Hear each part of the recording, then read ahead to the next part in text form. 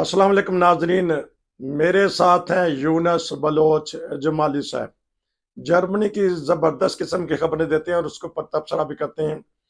एक दो खबरें जब जमा हो जाती हैं, होती तो रोज़ ही जर्मनी की खबर है, लेकिन वो खबरें जो गैर मुल्कियों के लिए होती हैं, कोशिश हम करते हैं कि वो फौरी तौर पे नशर कर दी जाए, बता दी जाए। मैं उनके पास चलता हूँ। जी अस्सलाम वालेकुम। वालेकुम अस्सलाम वरहमतुल्लाह। क्या खबर दे दी है? डराने वाली हैं या हंसाने वाली हैं? देखिए, अ, जर्मनी एक ऐसा मुल्क है जो पूरी दुनिया में अपनी पायदार इकोनॉमी की वजह से मशहूर है और इनकी क्वालिटी की चीजें जो है पूरी दुनिया में मानी जाती हैं। ठीक। अ, गाड़ियों के मामले में देख लें, कारों में जो जर्मनी की कार है वो कहते हैं कि बेस्ट कार होती है, क्वालिटी के लिहाज से मजबूत उसका बॉडी होता है, उसमें इंजन का जो सिस्टम होता है डीजल का, पेट्रोल का, बहुत एक पायदार होता है ना। हम्म। इसी तरह जर्मनी वाले जब भी कोई कानून बनाते हैं या कोई अपने शहरियों को सहूलतें देते हैं, तो इनको इनकी ये कोशिश होती है कि ये पायदार और मजबूत और लॉन्ग टर्म काम करें। ठीक। शॉर्ट टर्म काम इनको सूट ही नहीं करता। ठीक। हाल ही में यूरोप में यूरोपियन यूनियन ने एक कानून पास किया था और उसको जर्मनी ने भी अपनाया है, और जाहिर बात है जर्मनी और फ्रांस, हॉलैंड, बेल्जियम, ये चार मजबूत पिलर हैं यूरोपीय यूनियन के। हम्म। उसमें सबसे पहले नंबर पर जर्मनी ही है, हम्म। जो सबसे ज्यादा इकोनॉमी की मदद करता है यूरोप में, और इसका लीडर है एक लिहाज से यूरोपियन यूनियन का। तो कानून ये पास हुआ है कि 1 अप्रैल से, बल्कि ये लागू भी हो चुका हुआ है जर्मनी में, और बहुत सारे लोग इस कानून से वाकिफ नहीं है। जो आपकी गाड़ी की कैंसाइशन होती है, जिसे नंबर शील्ड कहते हैं, हम्म।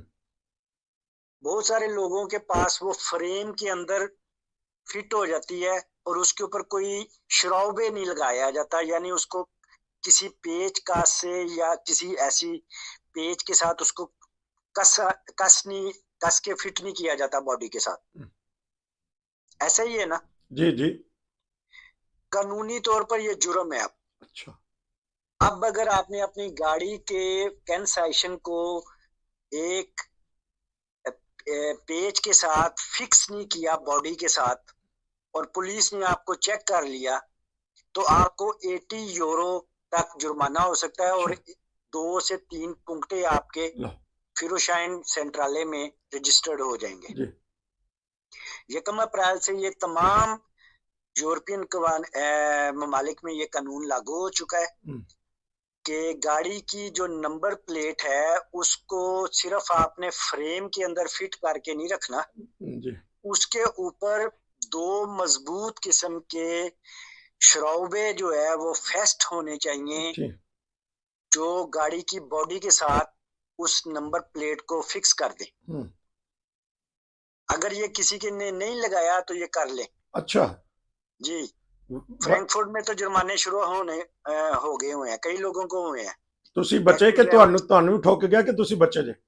नहीं, मुझे नहीं हुआ। अच्छा। मैं बता रहा हूँ कि अल्हम्दुलिल्लाह मेरी गाड़ी तो पहले ही वो शराबे के साथ फिट अच्छा। है। जी, ठीक है ना। पेज चंगी तरह कस लो नाजरीन, ये खबर दे रहे हैं मैं ताकि इनको बता दूं पंजाबी उर्दू में भी। पेज अच्छी तरह कस लें।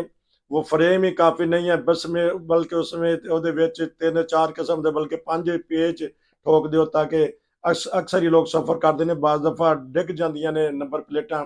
ਤੇ ਇਹ ਇੱਕ ਨਵਾਂ ਕਾਨੂੰਨ ਬਣ ਚੁੱਕਿਆ ਤੇ ਜੁਰਮਾਨੇ ਔਰ ਨਾਲ ਪੁੰਗਟੇ ਪੁੰਗਟਿਆਂ ਤੋਂ ਜਾਨ ਜਾਂਦੀ ਹੈ। 80 ਯੂਰੋ ਤੇ ਬੰਦਾ ਕਹਿੰਦਾ ਦਿਹਾੜੀ ਲਾ ਕੇ ਕਿਤੇ ਦੇ ਦਾਂਗੇ, पर 80 यूरो भी आजकल 3000 रुपया बनता है। तो वो बता रहे हैं जमाली साहब के वो जुर्माने शुरू हो गए हैं फ्रैंकफर्ट के इलाके में। ऐसा मतलब है पुलिस जो तो रोकेगी तो फिर कई चीज़ें देखेगी। ये बहुत सारी चीजें तो वो देखती है ना, लेकिन ये चीज भी आजकल पुलिस इसको भी देख रही है।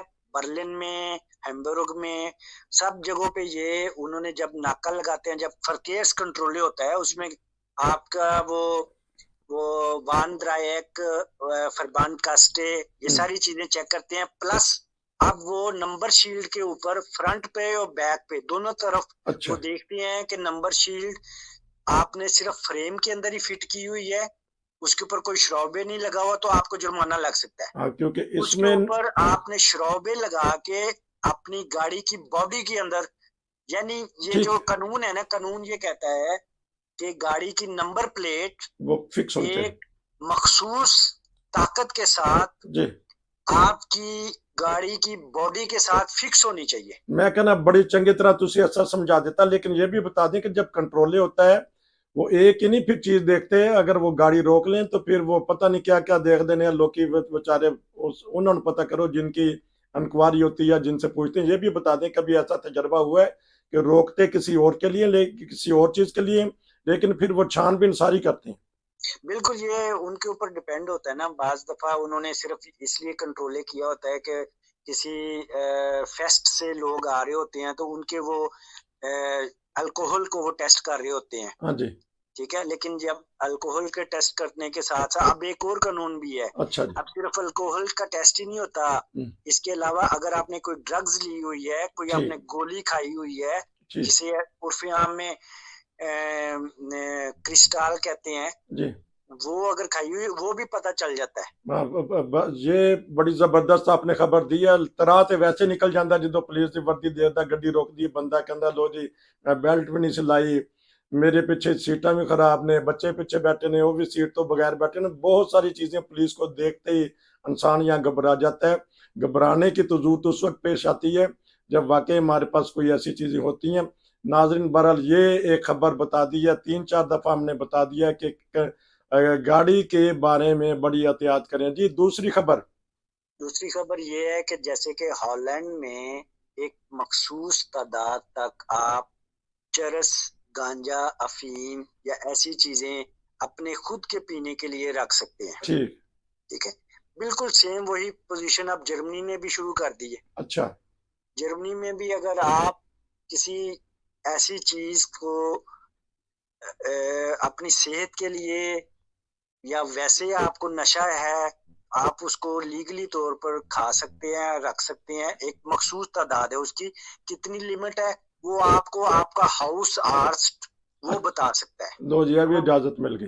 ठीक। जी, लेकिन ये कि वो ये वही चीज है ना, जैसे शुरू शुरू में आज से 100 साल पहले, 150 साल पहले जब पाकिस्तान इंडिया में चाय आई थी, जी।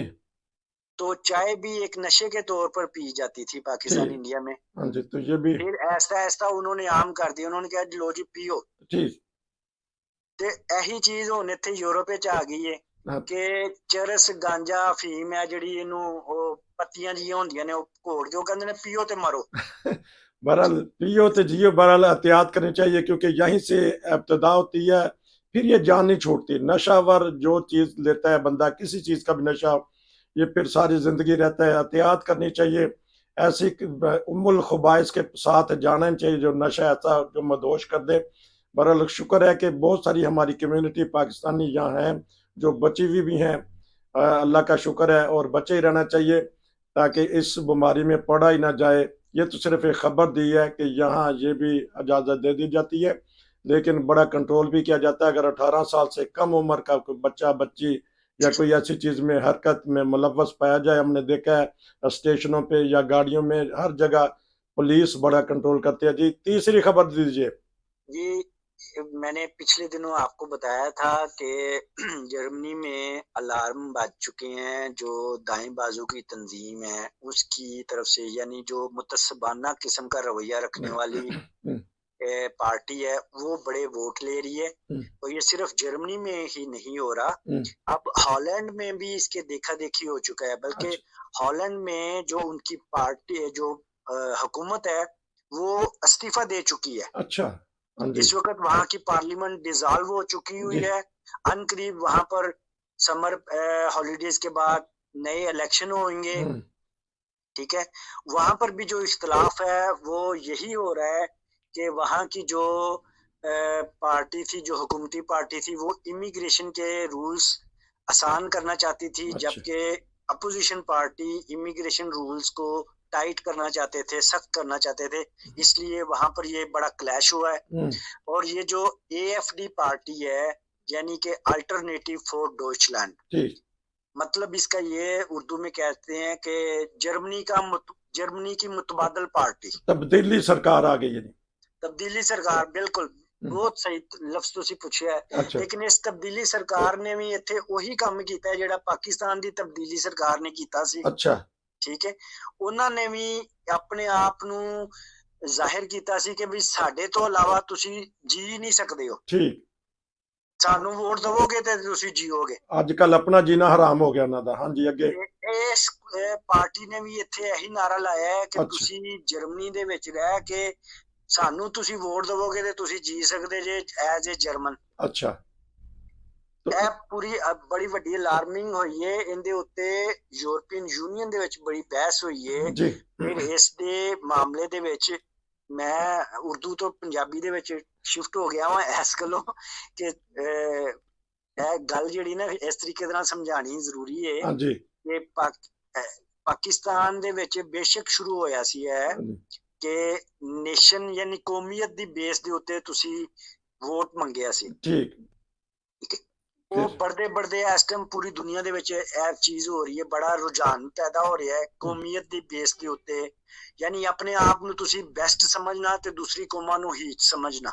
जी शुक्र है जो इतने कौमियत है मजहब नहीं आया नाजर। थोड़ी सी मैं नाजरन को बात बता दूं, ये पहले इंडिया में हुआ, मजहबी बुनियाद पर हुकूमतें बनती रही, अब हाल ही में 30-40 साल में फिर पाकिस्तान में तो हो रहा ही है शुरू में, लेकिन पाकिस्तान इस वक्त दाएं बाजू की जो पार्टियां हैं इंतहा पसंद है, मजहबी तहरीकात हैं, मजहब की बना पर आजकल पाकिस्तान में वोट और हुकूमतें हासिल की जाती हैं।